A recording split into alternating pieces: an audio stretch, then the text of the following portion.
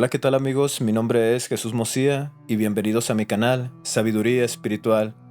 ¿Qué es lo que vamos a ver el día de hoy? Hoy vamos a tener un tema muy especial porque vamos a hablar acerca de quién es el Padre Eterno, quién es el verdadero Dios. Y todo nace a raíz de lo que nosotros estuvimos estudiando o viendo en el capítulo 13 del libro secreto de Juan, en donde aparecen estos dos personajes y aparentemente enseñan doctrinas o filosofías que son correctas, pero en realidad los dos puntos de vista, que es la dualidad del bien y del mal, también son incorrectas, porque la finalidad de estas dos corrientes es engañar a los hombres y en un tiempo futuro defender esas creencias hasta llegar al punto de la muerte, hasta llegar al punto de ir a la guerra por defender estas corrientes. Entonces, durante el transcurso de la semana y en los comentarios, la pregunta es, ¿entonces quién es Dios? Con este video vamos a tratar de aclarar quién es el verdadero Padre Eterno. ¿Qué es lo que nosotros vamos a analizar durante el transcurso del video? Van a ser 3 puntos los que nosotros vamos a analizar. El primero de ellos es para poder discernir quién es el verdadero Padre Eterno y quién es el verdadero Dios, necesitamos primero comprender o recordar qué es lo que nos han enseñado en las iglesias cristianas de Occidente, ya sea católico o protestante. Tal vez lo que nosotros vamos a ver, hay algunas cosas que pueden variar, pero al final es exactamente lo mismo, aunque unos sean católicos y aunque unos sean protestantes, no importa lo que nosotros vamos a ver ahorita. Vamos a ver ese concepto que se nos ha enseñado en las iglesias, cómo se nos ha dogmatizado. El segundo punto que nosotros vamos a analizar tiene que ver con la descripción de ciertos personajes en diferentes culturas que nos enseñan o nos revelan la naturaleza de Dios, de quién es Dios, cómo es Dios. Obviamente para nuestra mente ordinaria es difícil de comprender, y el que sea difícil de comprender no quiere decir que sea malo, o que estamos mal o que no somos espirituales. No quiere decir eso, eso hay que sacárnoslo de la cabeza. Vamos a tratar de comprender con ciertos libros, diferentes épocas, cuál es la descripción del verdadero Padre Eterno. Y el último punto que nosotros vamos a tocar es cómo nosotros conectamos con el Padre Eterno. ¿Cómo es que nosotros como hombres mortales imperfectos, llenos de sufrimiento, podemos conocerle? Esta sería una invitación ya para hacer un cierre. Estos serían los 3 puntos a analizar durante el transcurso del video y pues ahora sí vamos a entrar de lleno con el tema.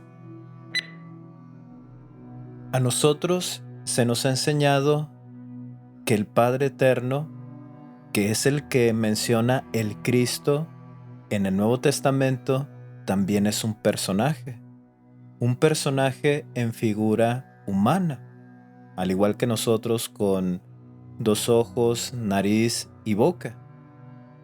Y hay una etapa de la humanidad en la que vivió o que vivieron los hombres en el cielo con él.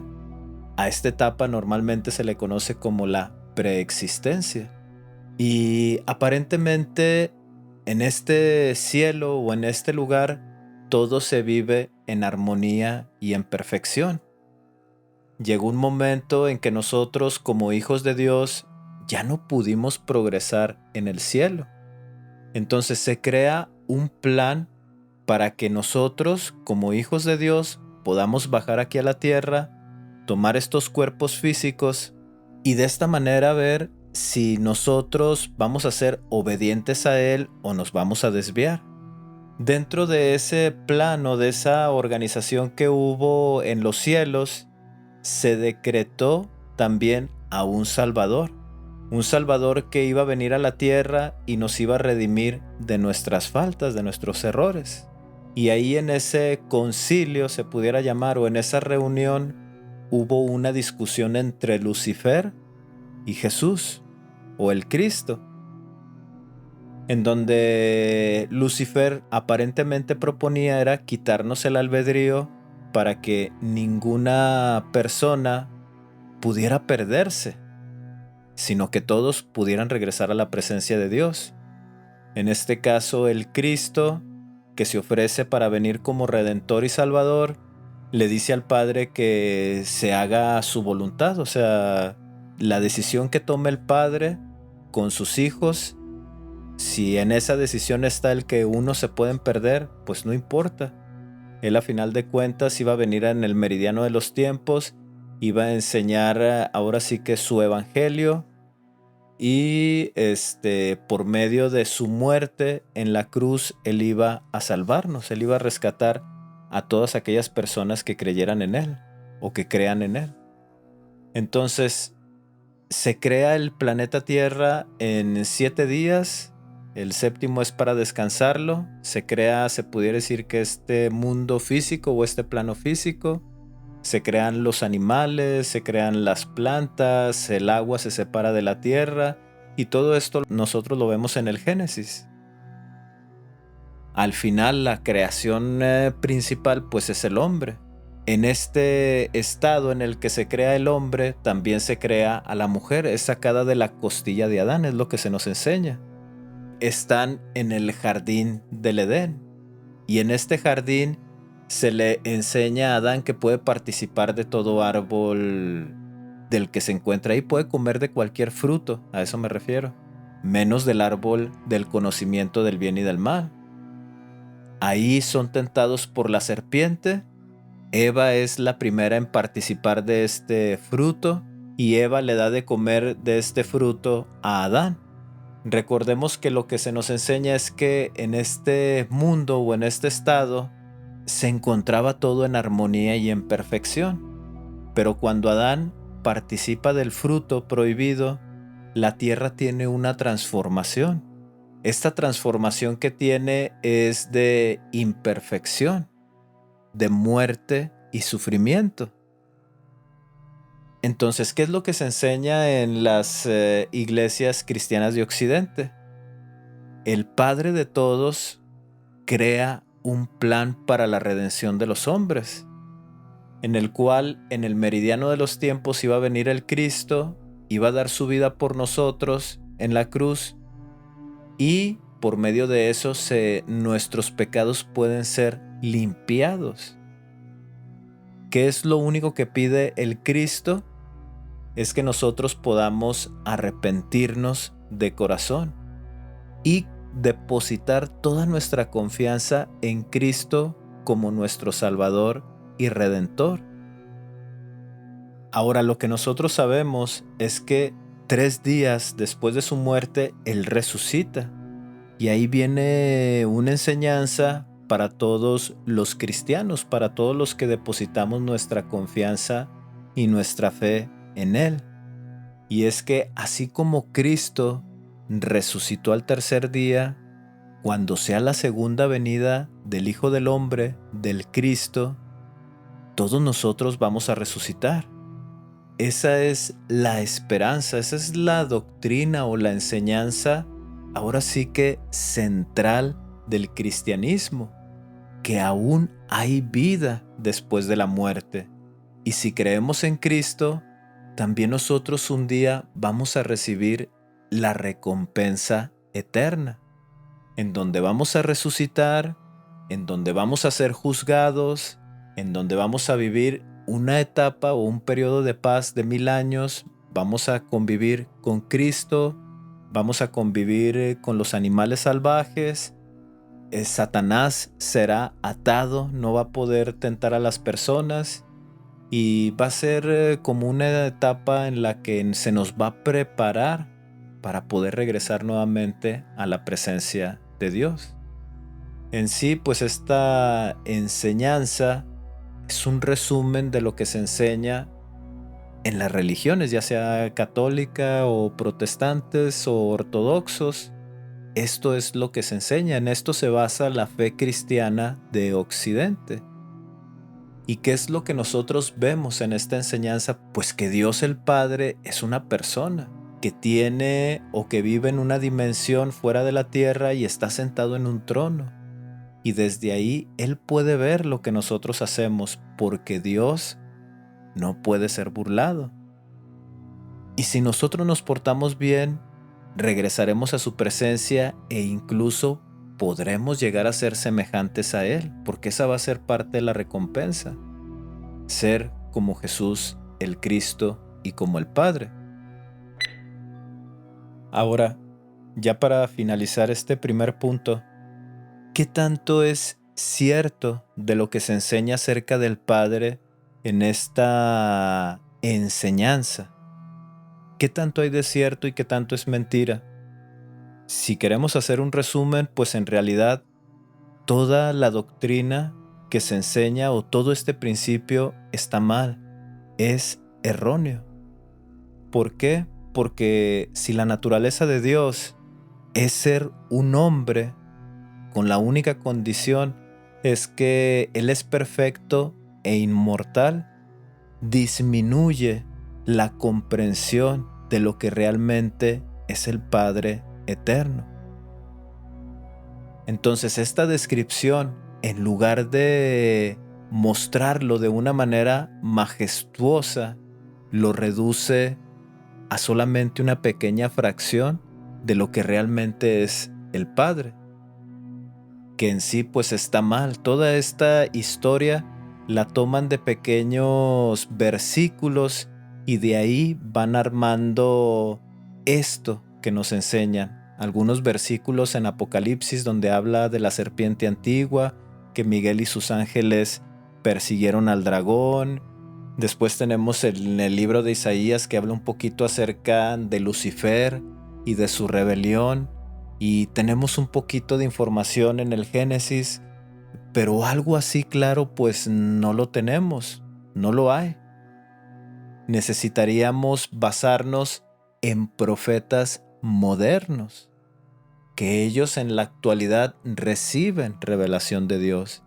Y ellos son los que juntan las piezas y muestran o presentan esta información como revelación y como verdad. Entonces, ¿cómo cerramos esta parte? Es una mentira, todo esto es engañoso, todo esto no es verdad, no contiene la esencia del verdadero Padre.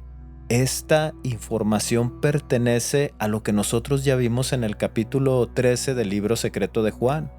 Pertenece a una estrategia para poder mantenernos en ignorancia, para que nuestras mentes puedan ser lentas y que no podamos entender nuestro principio original y nuestro origen luz. Ese es el propósito de esta enseñanza, mantenernos dormidos, engañados, forman parte de las espesas tinieblas.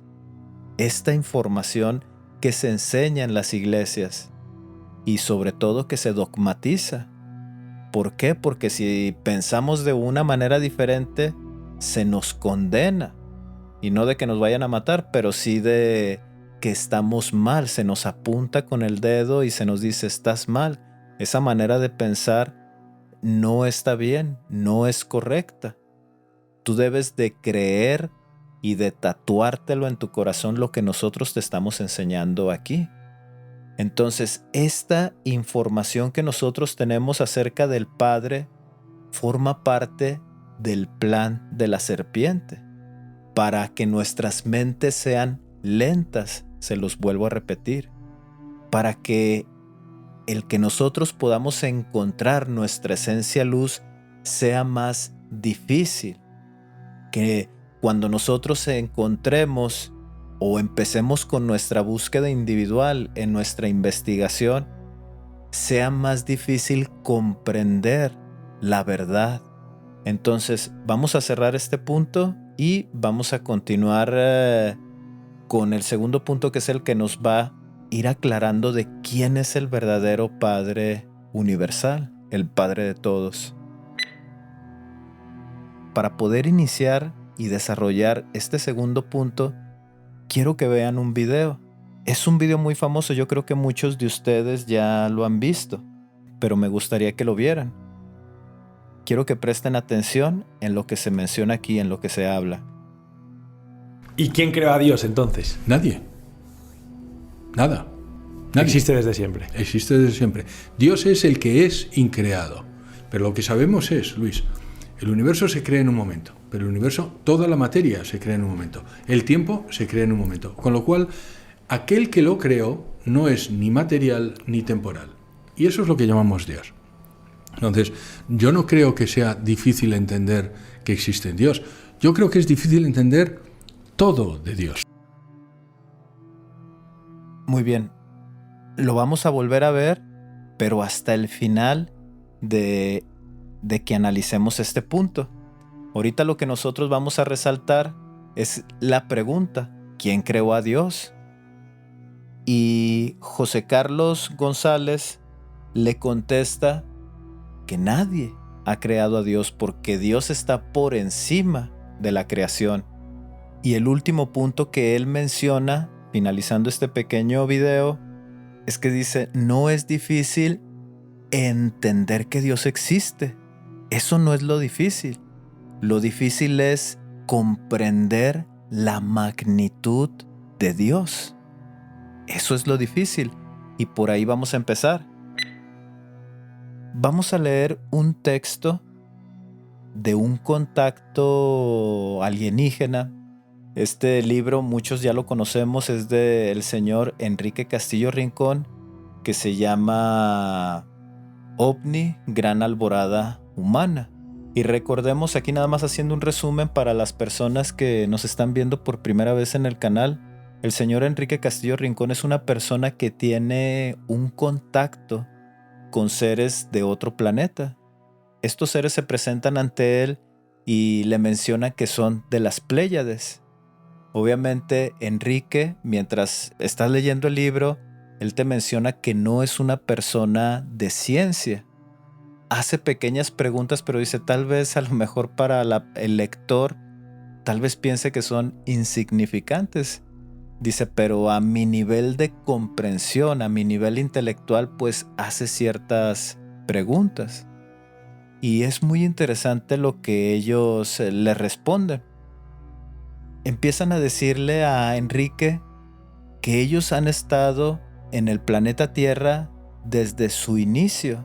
Dice, nosotros hemos intervenido en sus mentes a través de personas que ustedes llaman maestros. Incluso dice que hay personas de las Pléyades que se han encarnado aquí en el planeta Tierra.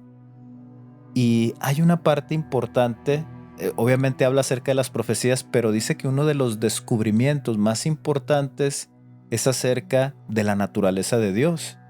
Es en la página 89, es en el primer párrafo. Tal vez el mayor descubrimiento que harán los hombres de la tierra será el de conocer a Dios sin los rodeos y limitaciones que le habéis impuesto. Dios no tiene forma, es omnipotente y no podéis representarlo.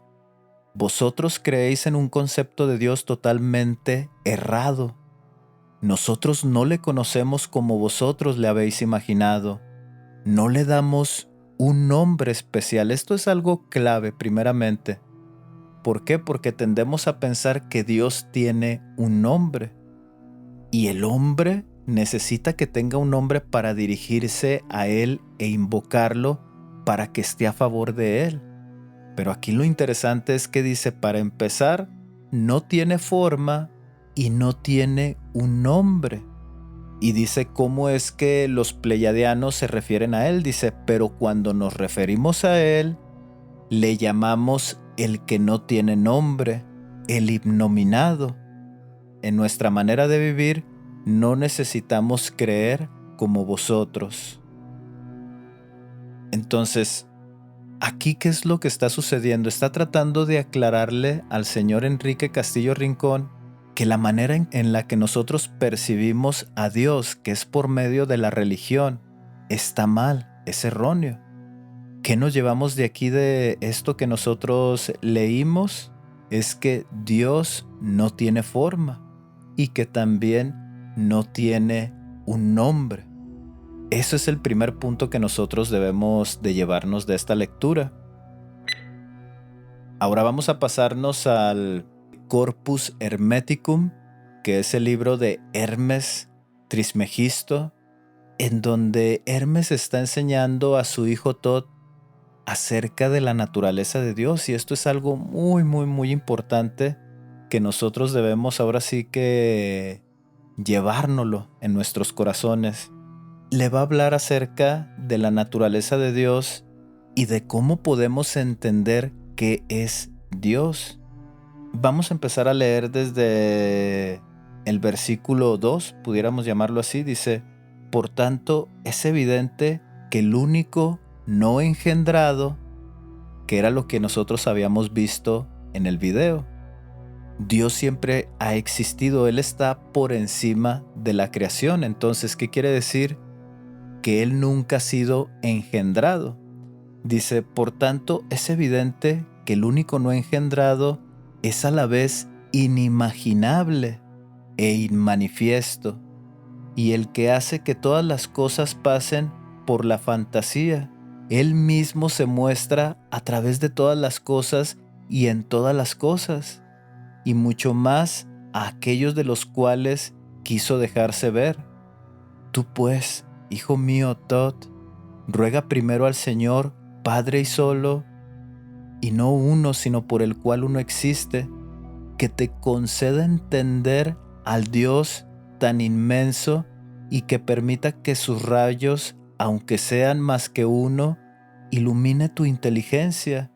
Solo la inteligencia ve lo invisible, porque ella misma es invisible. Y esto es algo muy interesante, chicos, y hermoso. Cómo es que Hermes está tratando de hablar con su hijo Tot para que pueda comprender qué es el Padre Eterno. Primero de ellos dice que es el uno que no es engendrado. No tiene principio ni origen, porque está por encima de la creación, que era lo que nosotros estábamos viendo. Y dice que la única manera de entenderlo es a través de la inteligencia. La inteligencia no es un elemento que nosotros podamos palparlo con nuestras manos, sino que la inteligencia es una frecuencia de razonamiento que se encuentra precisamente en nuestro intelecto. Y a Dios se le entiende y se le comprende por medio de la reflexión, por medio de la inteligencia, que solamente se puede razonar en nuestra mente. Eso es algo muy, muy interesante. Entonces, ya vimos que no tiene forma, ya vimos que no tiene nombre, están por encima de lo que ha sido creado.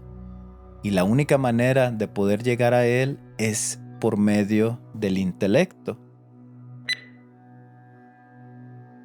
Ahora, vamos a ver un poquito acerca de las enseñanzas budistas, porque también nos enseñan un poco acerca del Padre Eterno. Este libro se llama Las Enseñanzas de Buda y viene en varios capítulos en donde habla acerca de las 4 nobles verdades, en donde habla acerca del camino óctuple, en donde habla acerca de la naturaleza del Buda. Algo que nosotros debemos de entender es que Buda no es un dios. Buda es un estado de conciencia que puede alcanzar el hombre.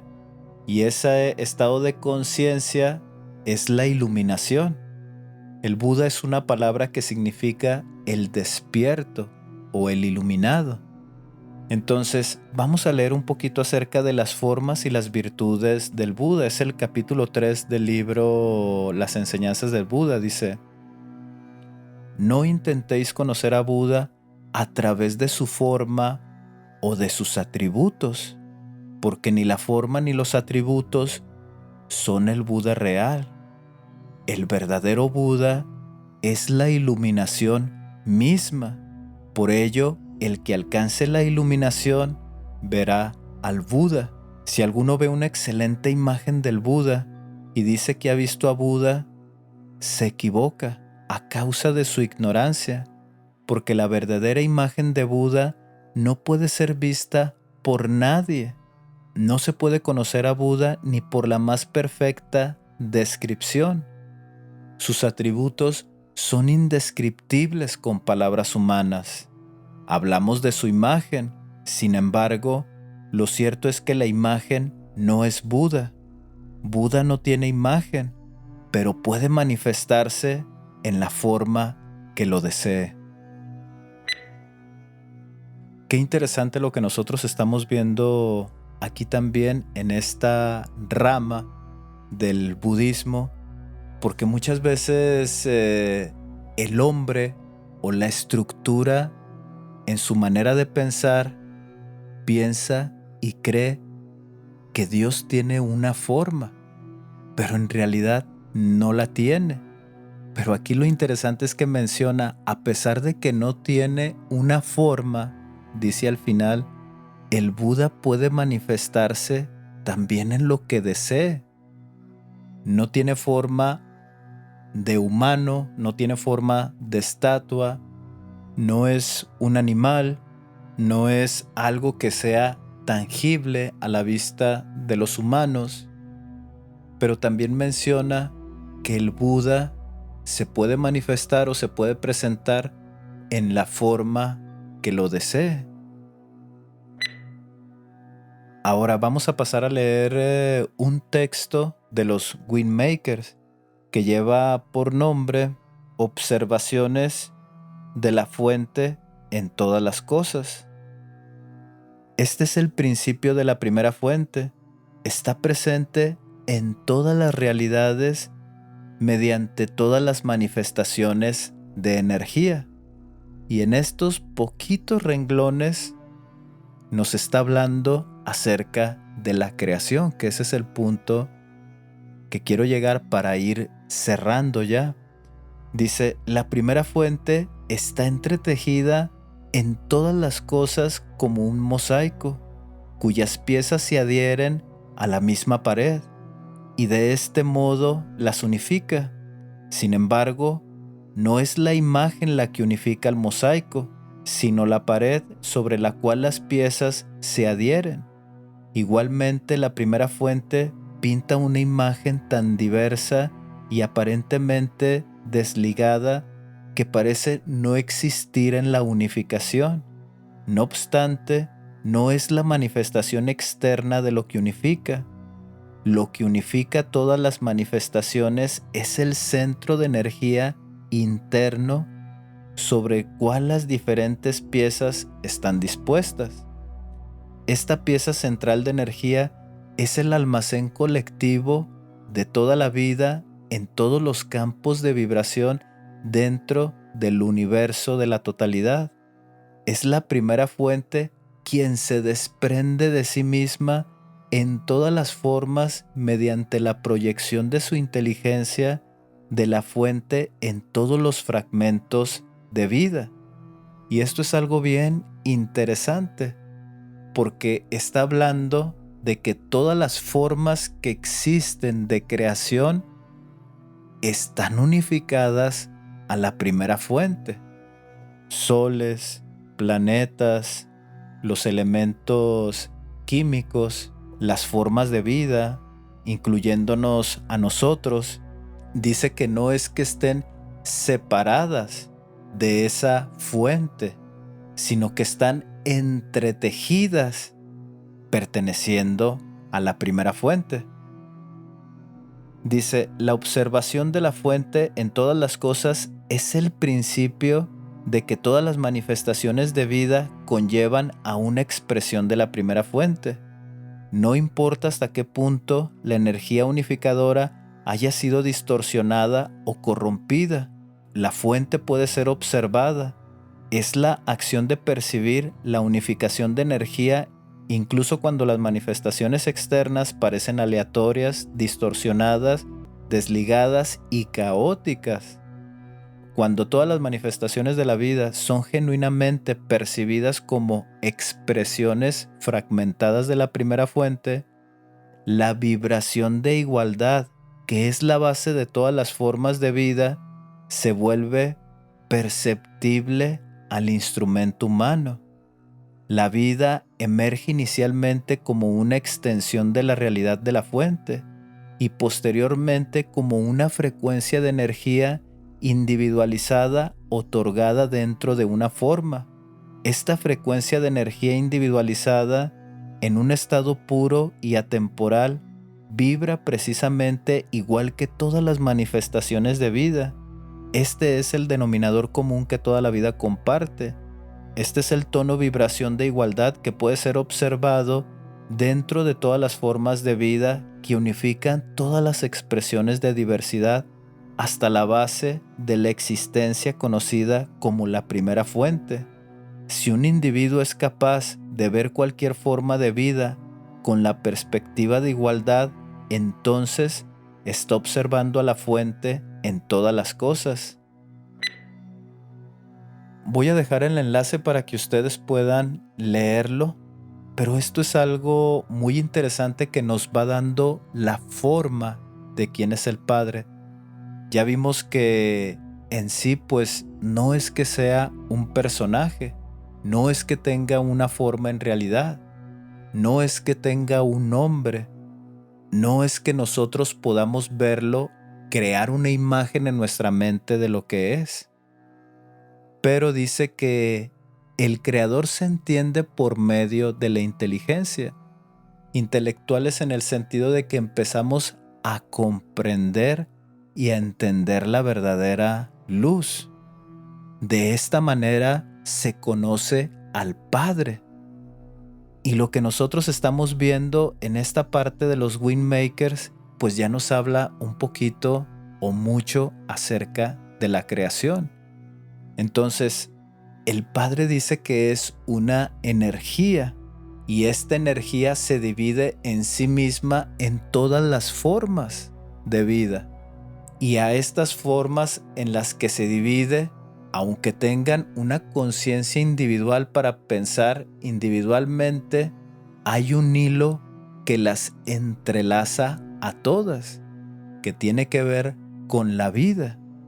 Y los hombres llegan a conocer la primera fuente cuando no ven distinción de las formas, sino que llegan a percibir o a entender de manera intelectual que todos forman parte de la primera fuente. Esto es algo bien interesante que tratan de enseñar los Windmakers acerca del Padre y cómo podemos entender quién es el Padre. Lo que nosotros vemos es que la primera fuente es la creación misma, incluyéndonos a nosotros, aunque otorga a su creación conciencia individual. Pero el propósito de entender al Padre, se los vuelvo a repetir, es que no veamos esas diferencias de forma, sino que en cada creación, en cada ser viviente, podamos entender que forma parte de la primera fuente así como nosotros. Y de esta manera nosotros podemos entender al Padre Creador, a la primera fuente. Y ya para hacer un cierre de este tema, para ir ahora sí que formando esta estructura de quién es el Padre y que no es estos impostores que nosotros hemos estado viendo en el estudio del libro secreto de Juan, vamos a pasar ahora sí a uno de los capítulos más importantes, que es el capítulo 2. En el libro secreto de Juan, en el capítulo 2, hay información importante de quién es el Padre eterno. ¿Y cómo es que viene esta revelación a Juan? Recordemos que en el capítulo 1, él se encontraba triste y pesadumbrado por lo que había pasado con el maestro. Se va a un templo a orar, se encuentra con un fariseo y el fariseo le hace ciertas preguntas que lo ponen a analizar. Aparentemente muestra que para no discutir él se va del templo, pero va reflexionando.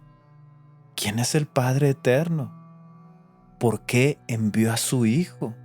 ¿Qué son estos reinos de los que hablaba el Cristo?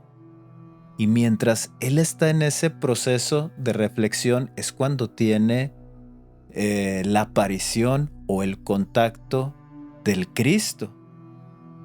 Una de las dudas que él tiene es, ¿y si no comprendo lo que tú me vas a transmitir, qué va a suceder con la información? O sea, pero el Cristo no le da oportunidad de pensar si va a entender o no va a entender.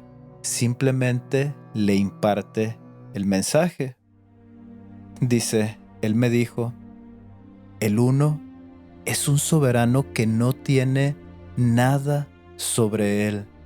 Él es Dios y el Padre de todos, el Uno invisible que está sobre todo, que es imperecedero, que es luz pura que ningún ojo puede ver. Es el Espíritu invisible. Uno no debería considerarlo como un Dios o igual que un Dios, pues es más grande que un Dios, porque no tiene nada sobre él y ningún Señor sobre él. No existe dentro de nada que sea inferior a él, ya que todo existe únicamente dentro de él.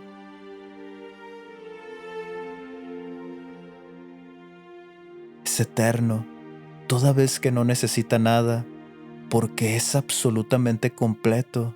Nunca ha carecido de nada para ser completo, sino que siempre ha sido absolutamente completo en la luz. Es ilimitable, toda vez que no hay nada ante él que lo limite. Es insondeable, toda vez que no hay nada ante él que le sondee. Es inconmensurable, toda vez que no hay nada ante él que lo midiera. Es inobservable, toda vez que nada lo ha observado. Es eterno y existe eternamente. Es inexpresable, toda vez que no podía comprenderlo para expresarlo. Es innombrable, toda vez que no hay nada ante él que le dé nombre. Es la luz inconmensurable, pura, santa, brillante. Es inexpresable y es perfecto en su inmortalidad. No es que forme parte de la perfección o de la bienaventuranza o de la divinidad. Es mucho más grande. No es corpóreo ni incorpóreo. No es grande ni pequeño. Es imposible decir cuánto es o de qué clase es, pues nadie puede comprenderlo. No es una entre muchas cosas que existen. Es mucho más grande. No es que realmente sea más grande, sino que como es en sí mismo, no es una parte de los mundos o del tiempo, porque cualquier cosa que es parte de un mundo fue producida una vez por otra cosa. No le fue asignado tiempo, toda vez que no percibe nada de nadie. Eso sería un préstamo.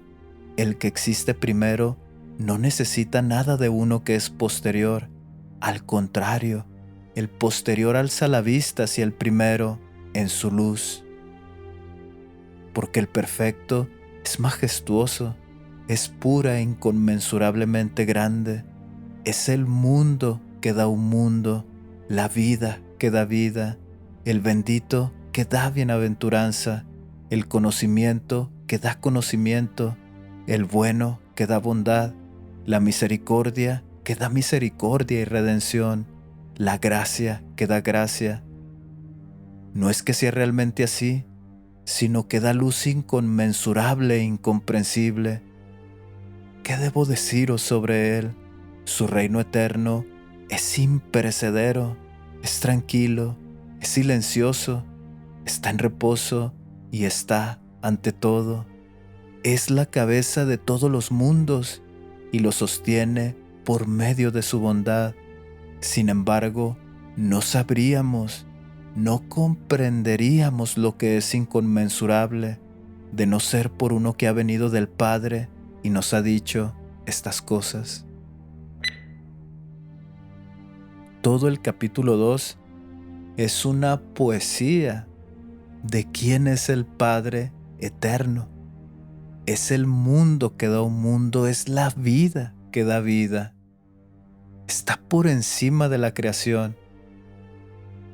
Es la inteligencia que le da forma y estructura a todo lo que nosotros conocemos y vemos como universo, como creación.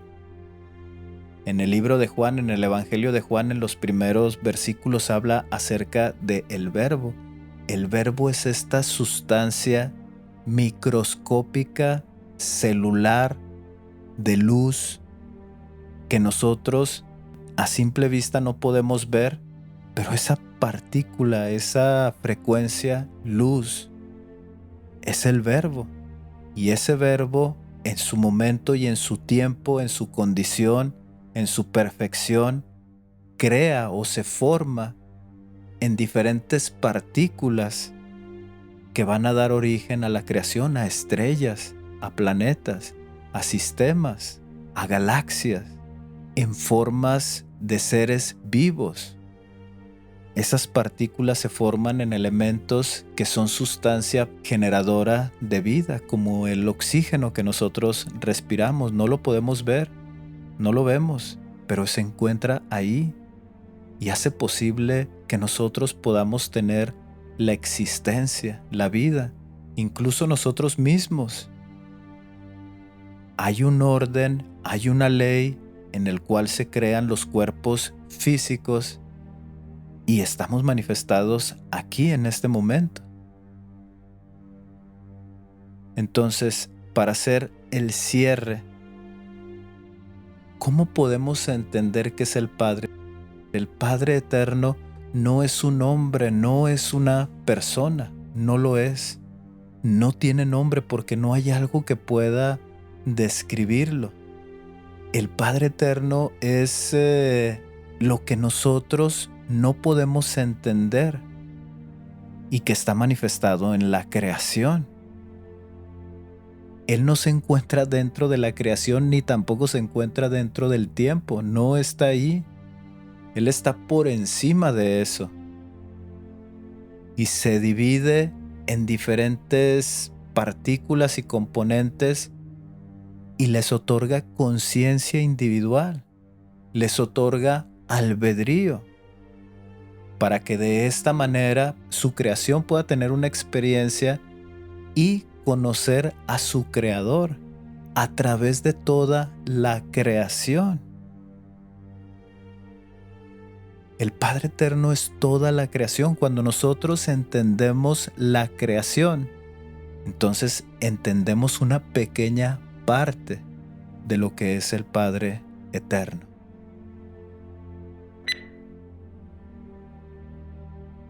El Padre Eterno no tiene que ver con estos seres que llegaron al planeta, invadieron y que se hicieron pasar por los creadores. No, el Padre Eterno no tiene nada que ver con esas historias. El Padre Eterno es la vida misma que nosotros volteamos y podemos ver a nuestro alrededor. Los árboles, los animales, nuestros semejantes. Por eso, una de las más grandes enseñanzas que deja el Cristo a sus discípulos es que se amen los unos a los otros. Porque para poder llegar al Padre es importante ver a toda la creación como parte de la primera fuente, como igual. Y una manera de seguir ese sendero es amando a todos por igual. El servicio devocional o el amor devocional hacia todos los seres. Entonces vamos a pasar al último punto, ya para hacer un cierre general y pues despedirnos. ¿Cómo podemos nosotros conectar con el Padre eterno? Vivimos en un mundo en donde hay mucha confusión, vivimos en un mundo donde se nos dogmatiza que para acercarnos a Dios tenemos que seguir a un líder, porque este líder es el intermediario entre los hombres y Dios. Pero nunca se nos ha enseñado o nunca se nos ha dicho la verdad en el sentido de que no hay intermediarios entre nosotros y Dios. Tampoco nadie nos ha enseñado más que los mensajeros luz, que pocas veces se hace mención de que el reino de los cielos se encuentra dentro de nosotros. No es un lugar allá afuera en el espacio, en otro planeta, y que cuando nosotros hacemos nuestra oración, enfocamos esa visión en donde muy probablemente se encuentre el Padre.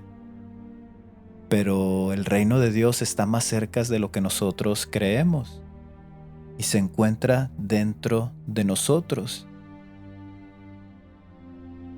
Ahorita que estuvimos leyendo pequeños fragmentos de los Windmakers, hablaba de que hay un hilo, bueno, es un ejemplo, como un hilo invisible que entrelaza toda la creación y a todos los seres vivientes. Ese hilo del que habla, o esa conexión del que habla, en donde está manifestada la primera fuente, tiene que ver mucho con nuestro palpitar del corazón y nuestro sistema respiratorio, que ese es un principio original de la vida en toda la creación, no solamente en los seres humanos. Existe un pulsar energético que se entrelaza y se conecta con la primera fuente. Entonces nosotros debemos de ver hacia adentro. Ahí es donde nosotros tenemos que conectar. ¿Cómo nos podemos acercar a nuestro Creador? Obviamente tenemos que romper esas barreras de la ignorancia de las que estuvimos hablando al inicio. Tenemos que tener ese pulsar de investigar, de querer acabar con la ignorancia. Debemos cambiar la condición en la que nosotros estamos viviendo. A medida que nosotros cambiamos y a medida que nosotros vamos adquiriendo ese conocimiento, entonces debemos entender que todas las personas son la primera fuente. Si yo estoy al servicio de mis semejantes, solamente estoy al servicio de mi Dios o del Padre eterno o de la primera fuente. Y en ese proceso de introspección y reflexión entendemos que la creación misma es el Padre eterno. Cuando nosotros nos damos cuenta de la importancia de nuestro planeta, cuando nosotros entendemos que también el planeta es un ser pensante y razonante, como lo mencionaba en el libro de los Esenios, que es nuestra madre, que nos otorga todo lo necesario para nuestra existencia. Nos proporciona absolutamente todo para que nosotros podamos tener esta experiencia y conocer al Padre Creador. Entre más nosotros conectemos con la naturaleza, conectamos también con el Padre de todos. Tal vez suene absurdo todo lo que nosotros vimos en esta exposición, porque estamos muy acostumbrados a que un ritual de iniciación, un ritual de purificación de fin de semana, un ritual de una vez al año, un ritual de un convenio. Y creemos que haciendo este tipo de rituales nos ayudan a ser mejores personas y a obtener un lugar allá en el cielo. Pero lo que nosotros estamos viendo es muy sencillo. Simplemente entender que hay que cambiar ciertas cosas, simplemente entender que el Padre Eterno está manifestado en toda la creación, es la creación, y que está por encima de la creación y del tiempo. Él no tiene tiempo, Él no tiene forma, Él no tiene nombre, pero también a la vez está manifestado en todo. ¿Y cómo conectamos con Él? Lo vuelvo a repetir, ya van como 3 o 4 veces que se lo repito. Por medio de la introspección y rompiendo la ignorancia y haciendo cambios en nosotros mismos, tratando a las demás personas como iguales. Y pues con esto terminamos este punto y vamos a hacer un cierre, chicos. Ya nada más para hacer un cierre, vamos a ver nuevamente el video y vamos a tratar de ver si ahora sí, con todo lo que vimos, entendemos lo que José Carlos González trata de enseñarnos. ¿Y quién creó a Dios entonces? Nadie. Nada. Nadie. Existe desde siempre. Existe desde siempre. Dios es el que es increado. Pero lo que sabemos es, Luis, el universo se crea en un momento. Pero el universo, toda la materia se crea en un momento. El tiempo se crea en un momento. Con lo cual, aquel que lo creó no es ni material ni temporal. Y eso es lo que llamamos Dios. Entonces, yo no creo que sea difícil entender que existe Dios. Yo creo que es difícil entender todo de Dios. Ya para hacer un cierre rápido, si nosotros observamos nuevamente lo que hemos estado viendo en el libro secreto de Juan y cómo estas entidades se hacen pasar por Dios y cómo es que manipulan al hombre y cómo es que lo engañan y cómo es que lo sumergen en estas espesas tinieblas de mentiras y de engaño. Y con lo que vimos en esta exposición de lo que es Dios, hay un contraste extenso, o sea, es mucho. No sé si muchos de ustedes en esta exposición pudieron entender quién realmente es el Padre Eterno y quién es el impostor. La reflexión de hoy es que el Padre Eterno pues se encuentra dentro de nosotros. Siempre, el secreto es ese, o sea, Él siempre ha estado dentro de nosotros. No hay necesidad de pensar, imaginar que está allá en otro mundo, no. Él está aquí dentro de nosotros. La revelación se encuentra dentro de nosotros, conectar con nosotros mismos y entrar en ese proceso de cambio. Y pues esto sería todo de mi parte, chicos. Déjame tus comentarios y dime qué piensas acerca de lo que nosotros vimos. Si esta es la primera vez que visitas mi canal, te invito a que te suscribas, que actives la campanita de las notificaciones para que te avise cuando yo subo un nuevo video. También regálame un like y pues los leo en los comentarios, chicos. Namaste, hasta la próxima.